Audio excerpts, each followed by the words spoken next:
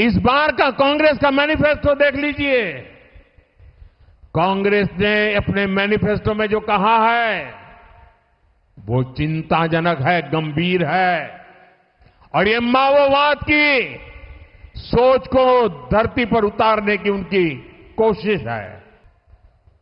गोल ले लेंगे, सबको वितरित कर देंगे। और पहले जब उनकी सरकार थी उन्होंने कहा था कि देश की संपत्ति पर पहला अधिकार मुसलमानों का है। इसका मतलब ये संपत्ति इकट्ठी करके किसको बांटेंगे?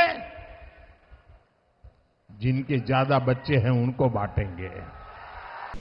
काल एका कुठल्या तरी सभेत ते म्हणाले की काँग्रेस ज्यांना जास्त मुलं होत आहेत त्यांना सगळी संपत्ती वाटून टाकेल। अहो मग 10 वर्ष तुम्ही तिकडे बसला होतात, कमी मुलं होणाऱ्यांना का नाही वाटलीत? आता जास्त मुलं कोणाला होतात आणि कमी मुलं कोणाला होतात ते मोदींना कसं कळते देव जाणे।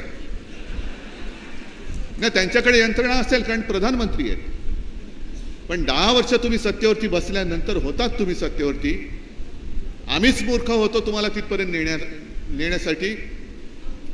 15 लाख रुपये येणार होते, 15 लाख काय आलेले नाहीयेत।